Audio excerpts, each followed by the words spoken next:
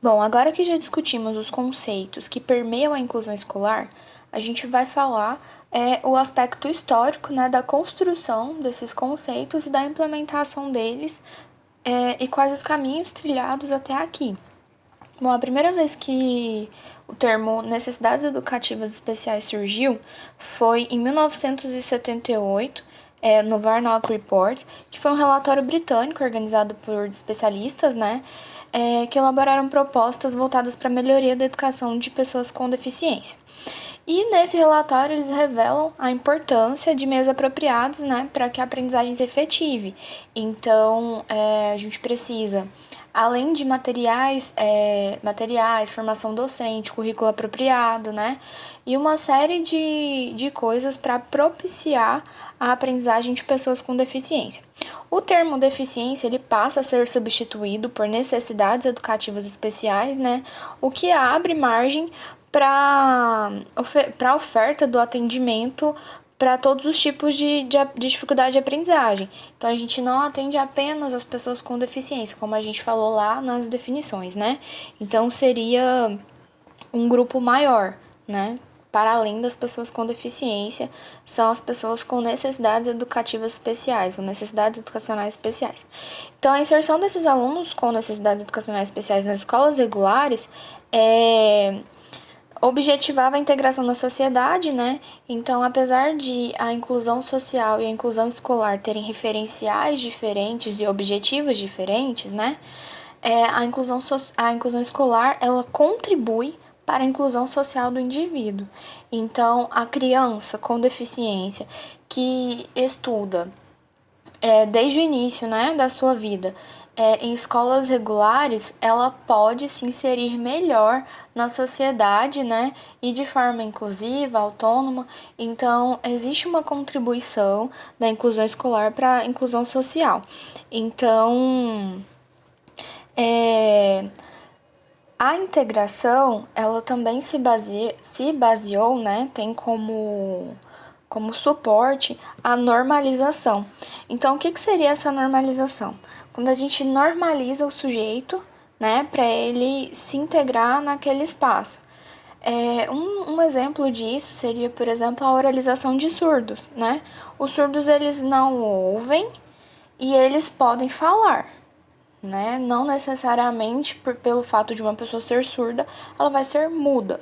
Então, é possível, sim, oralizar pessoas surdas. E aí, quando um surdo desenvolve a habilidade de leitura labial para conseguir conversar com pessoas que não sabem Libras, né? Ou quando esse surdo oraliza para pessoas que não sabem Libras conseguirem entender eles, ele está se normalizando. Então, mesmo que aquela língua não faça sentido para ele, ele aprende, ele domina aquela língua para ele se inserir em algum espaço e ser mais bem integrado na sociedade. Então, ele está passando por um processo de normalização. E por muito tempo, né, isso foi comum. Quando a gente falou da definição de integração, a gente falou dessa questão, né, da pessoa com deficiência se adaptar ao espaço social e não o espaço social se adaptar a ela. Então, o conceito de normalização seria isso, né? Da pessoa se normalizar, ficar mais próximo do normal, entre aspas, esse normal, né? Porque nós somos uma sociedade heterogênea e existem pessoas em uma média, né? Mas não existe pessoas normais, né? O termo seria, entre aspas, ou ditas normais. Então, essa normalização seria essa ideia da pessoa pegar a diferença dela e normalizá-la para se aproximar dos demais para conseguir se integrar melhor na sociedade. Então, as pressões, né, que desencadearam o movimento de integração, né, ele se origina nos movimentos sociais, né, a partir da década de 60, de direitos humanos.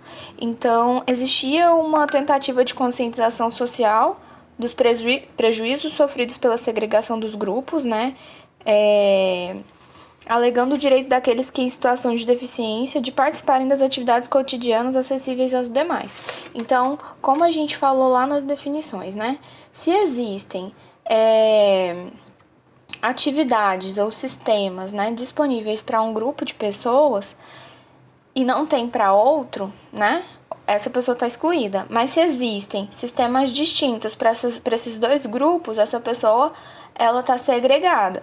Então, em um momento histórico aí, para alguns espaços sociais, as pessoas com deficiência estavam excluídas porque elas não acessavam, para outros elas estavam segregadas porque elas acessavam sistemas diferentes, né? Então, os movimentos sociais, que são os movimentos de luta, né? Eles buscam essa acessibilidade universal, onde as pessoas com deficiência, ou pessoas com necessidades educativas especiais, né, devem acessar os mesmos espaços que as outras pessoas. Então, na Dinamarca, por exemplo, Suécia, esse movimento começa em 1969, né, e ele foi nomeado de integração escolar. E existiam as pressões sociais e os interesses econômicos. Então, por um lado, existia uma pressão da sociedade para que acontecesse essa integração, né? Para que ao invés de termos dois sistemas de ensino, a gente tivesse um só, que abarca todos. E os interesses econômicos da época, né? Porque na década de 70 a gente tem uma crise mundial. Então, os interesses econômicos, eles também direcionaram para esse movimento de integração escolar. Então, não foi uma conquista apenas dos movimentos sociais, porque existia uma vantagem, né, na unificação do sistema educacional. Ao invés de nós gastarmos com dois sistemas, a gente pode gastar apenas com um, né? Então, sem contar que os sistemas segregados, né, as escolas especiais, elas atendem uma quantidade menor de pessoas e custam, né, aproximadamente o mesmo tanto por precisar de profissionais especializados nas áreas. Então, o interesse econômico, né, ele entende que essa unificação do sistema educacional poderia vir a ser positiva. Então, em 77, os Estados Unidos publicam a lei, que é uma lei, né, que assegura a educação pública aos indivíduos em situação de deficiência, e lá o movimento de integração, né, ficou chamado como mainstreaming, que a gente falou na aula anterior. Então, existia a institucionalização ainda, né, era um movimento de institucionalização das escolas especiais, e quando os Estados Unidos asseguram essa educação pública de qualidade, essa educação pública gratuita, né, para pessoas com deficiência, desestimula a institucionalização das escolas especiais. Então, ao invés de aumentar, né, a demanda das escolas especiais, a gente tem a ideia deles se matricularem nas escolas regulares. Então, durante a década de 80, né, as pessoas deixam de optar por escolas especiais para acessar as escolas regulares nos Estados Unidos. Então, nesse modelo, né, onde todo mundo vai acessar a mesma escola, os alunos eles eram agrupados de acordo com as suas potencialidades ou grau de desenvolvimento. Então, existia um modelo em cascata, né, da integração, que eu vou apresentar para vocês no próximo slide. Porém, os alunos, como a gente falou antes, a escola não se adaptou para eles. E a progressão do aluno, ela variava de acordo com o seu esforço, né? Que a gente não sabe, a gente sabe que não é o esforço apenas, né? A gente precisa de condições de aprendizagem favoráveis para o aluno aprender e progredir, passar de uma série para outra, né? E essa mobilidade entre um nível e outro era muito difícil de acontecer, porque se eu tô ensinando para uma pessoa com deficiência do mesmo jeito que eu ensino para uma pessoa que não tem nenhum tipo de limitação ou especificidade, né? Talvez essa pessoa não vai conseguir aprender da forma que a gente está ensinando, porque às vezes ela não tem nem acesso às informações que estão sendo passadas. Então, dificilmente essa pessoa vai aprender e conseguir, né, mudar de nível, de série. Então, a classificação do sistema de integração, né, em cascata, ele seria dividido em 7, né? Então, tinha a classe comum com ou sem apoio, que é o que a gente tem hoje, né? O aluno especial, ele acessa a mesma sala de aula. Para algumas especificidades, a gente tem o profissional de apoio e para outras a gente não tem. Né? Classe comum associada a serviços suplementares, então seria o acesso à classe comum com o atendimento educacional especializado em um outro período, classe especial em tempo parcial. Então, no mesmo período, a gente divide, né, esse aluno em classe... não, esse aqui a gente... o aluno ele vai acessar a classe especial em tempo parcial e a outra parte do tempo ele vai acessar a classe comum.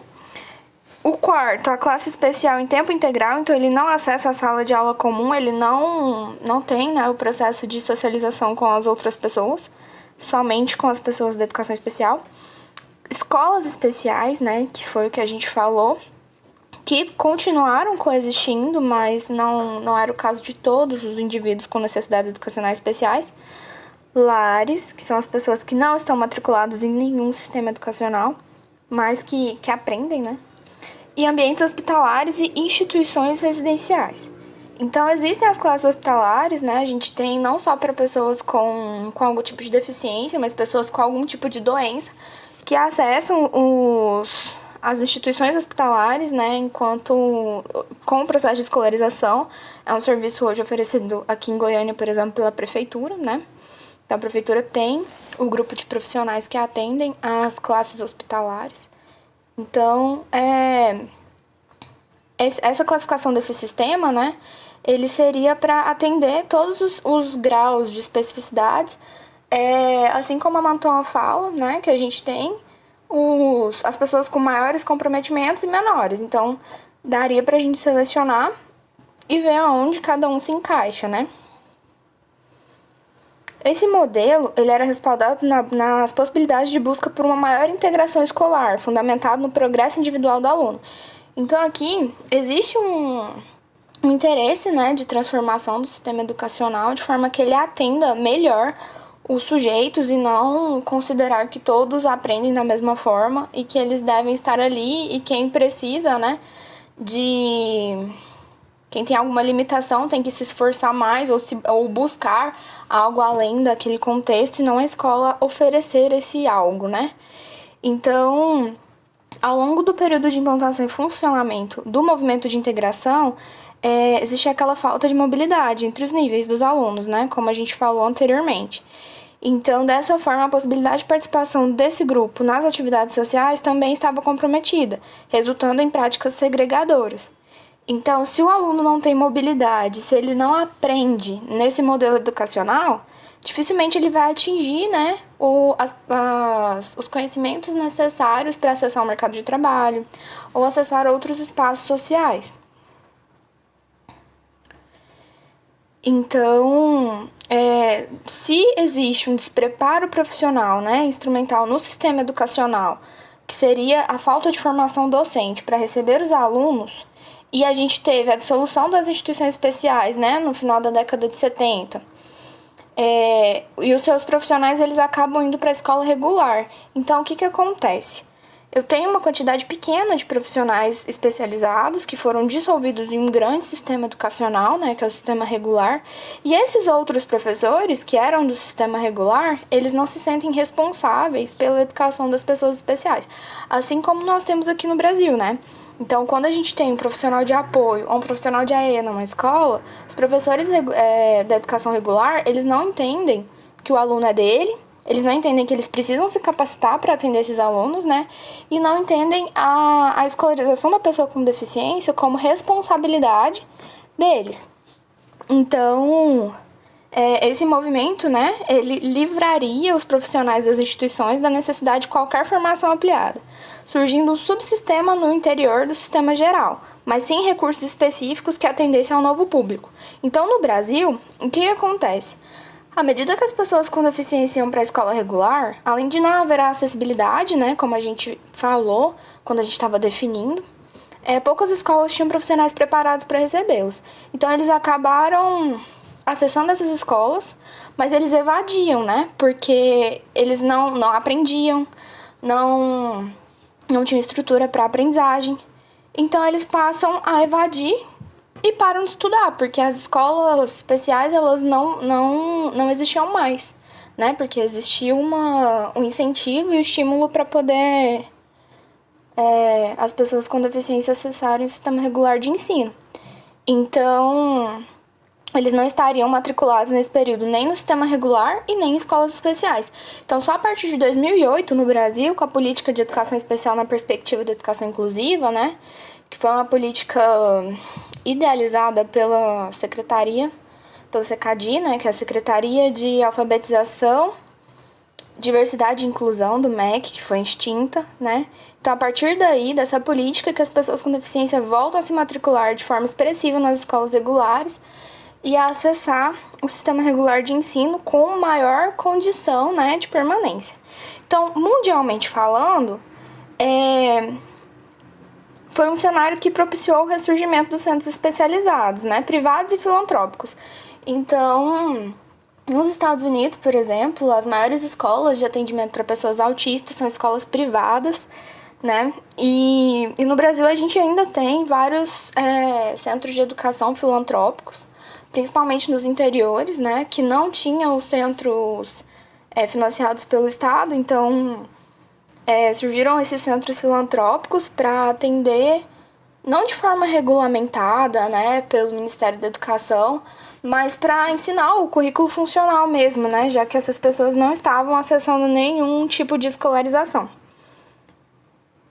Então, as investidas legais de integração conduziram maiores organizações e articulações entre os envolvidos com a educação especial, familiares, alunos, deflagrando nos Estados Unidos, posteriormente à década de 90, o movimento de inclusão escolar.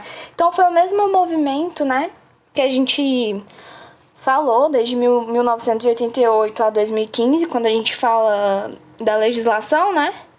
Existe uma nova mobilização, um novo movimento social de luta em busca da inclusão escolar. Então, aqui, diferente de lá na década de 60, que as pessoas lutavam pela integração, aqui a gente lutava pela inclusão escolar, né? Que foi chamada posteriormente de inclusão total. Então, o conceito de inclusão escolar, ele surge nos Estados Unidos numa trajetória, né?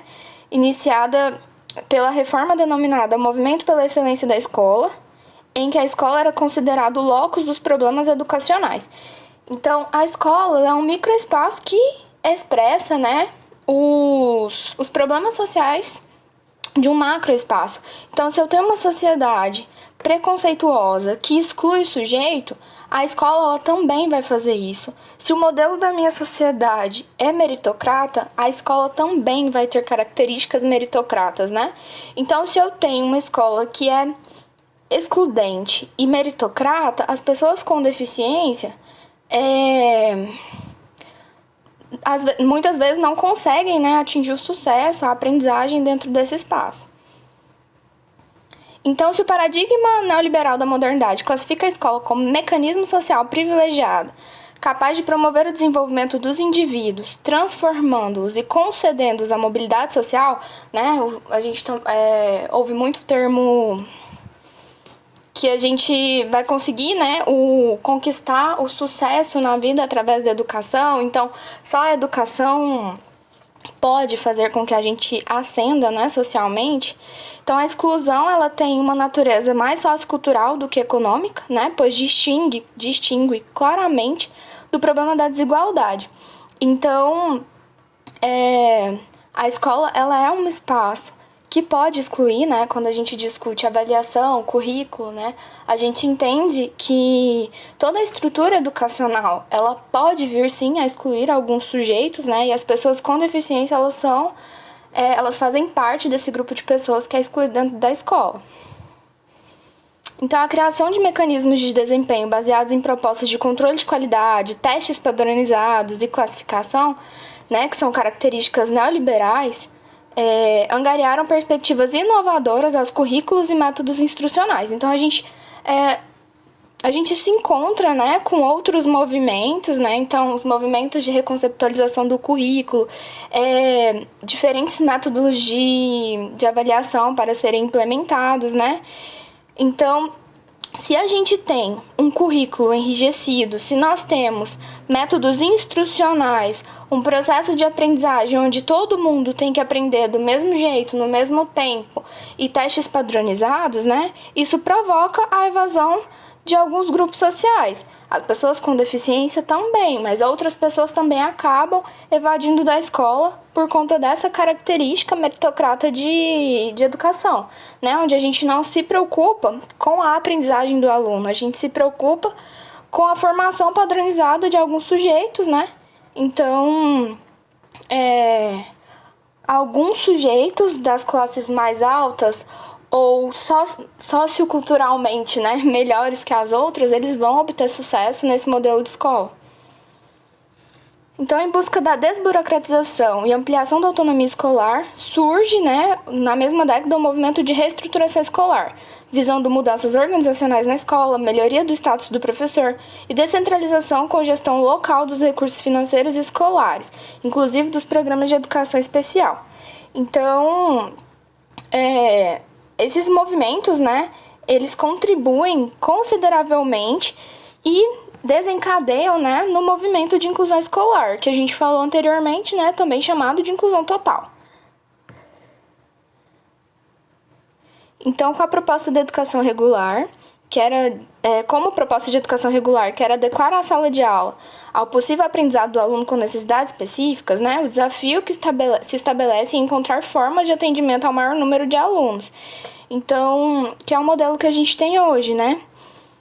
Estabelecemos aqui a divergência entre o modelo da integração escolar, em que o sucesso do aluno é responsabilidade dele, né?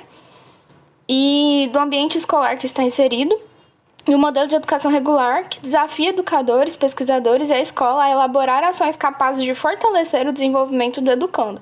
Então aqui, a Manton, ela fala, né, que é assustador. Até hoje a gente tem professores que não se entendem como parte desse processo, né, que não são responsabilizados pela educação dos alunos especiais, apesar de já estarmos nesses caminhos, né, há pelo menos 20 anos, mas desde a Declaração de Salamanca a gente já tem quase 30 anos, né, então a gente precisa se entender, né, dentro desse desafio e elaborar ações para que a gente consiga fortalecer o desenvolvimento desses alunos. Então, nesse sentido, os princípios da educação regular dão início ao movimento chamado de inclusão escolar. Então, aqui a gente não vai... A inclusão, né, como a gente já falou, não vai falar só das pessoas com deficiência, mas de um sistema educacional que abarca todas as necessidades dos sujeitos sociais inseridos no contexto escolar. Então, além, né, do aspecto da inclusão escolar, a inclusão total ela se fundamenta na participação social sem se preocupar com a aprendizagem de conceitos. Ou seja, todos os alunos, independente do grau de limitação cognitivo e intelectual, devem estar inseridos na escola regular sem os devidos suportes pedagógicos.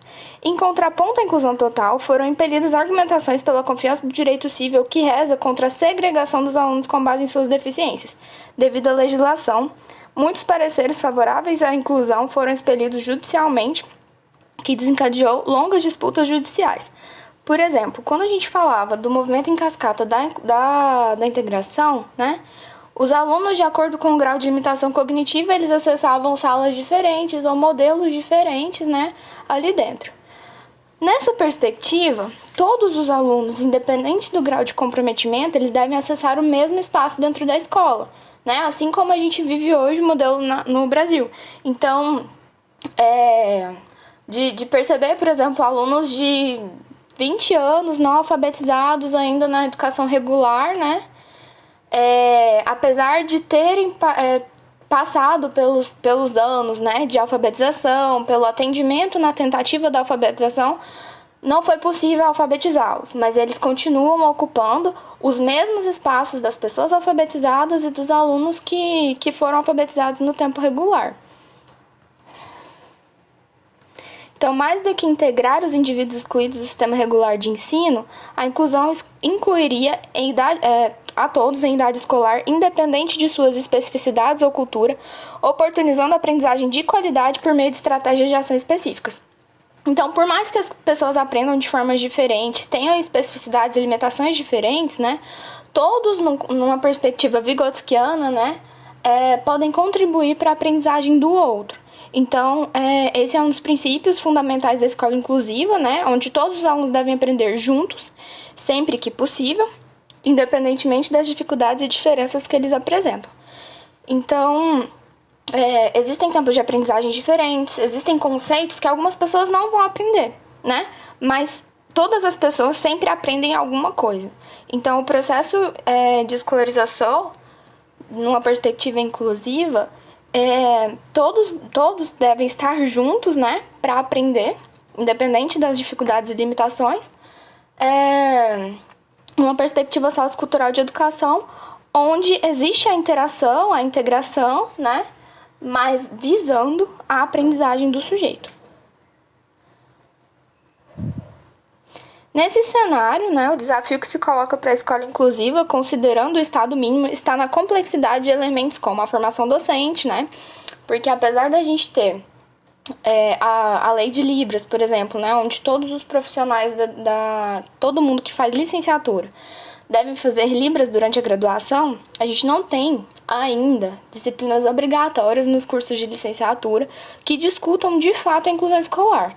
Porque Libras, se a gente não discute cultura surda, nem os aspectos da educação da pessoa surda, ele é uma disciplina apenas de língua, né? Que vai falar sobre os aspectos de língua e linguagem e os conceitos que permeiam a língua brasileira de sinais apenas, né? Então, a nossa formação docente ela ainda é limitada, apesar de ter tido uma alteração, ainda não deu tempo, né, das instituições de ensino superior alterarem e inserirem em seus currículos as disciplinas que discutem inclusão escolar. Então, existe uma limitação de formação docente, sim, né? Porque a gente tem as pessoas com necessidades educacionais especiais na escola há muito tempo e a gente ainda está sendo formado de forma que a gente não consegue atender eles dentro da escola, né? Recursos financeiros adequados, estrutura física, apoio familiar, que também é uma grande limitação, implementação de políticas desprovidas de interesses mercadológicos competitivos, isto é, verdadeiramente inclusivas. A Mantua vai fazer essa crítica também no livro dela, né? Ela traz que se o Estado quisesse mesmo uma educação inclusiva, a gente teria, né? E a escola seria um sucesso, né? Então, existe sim algumas intencionalidades por trás da educação, do currículo escolar implementado, que nos impede de sermos verdadeiramente inclusivos, né? Então, para continuar as discussões, é imprescindível que sejam lidos os textos disponíveis na plataforma, né? E até a próxima aula.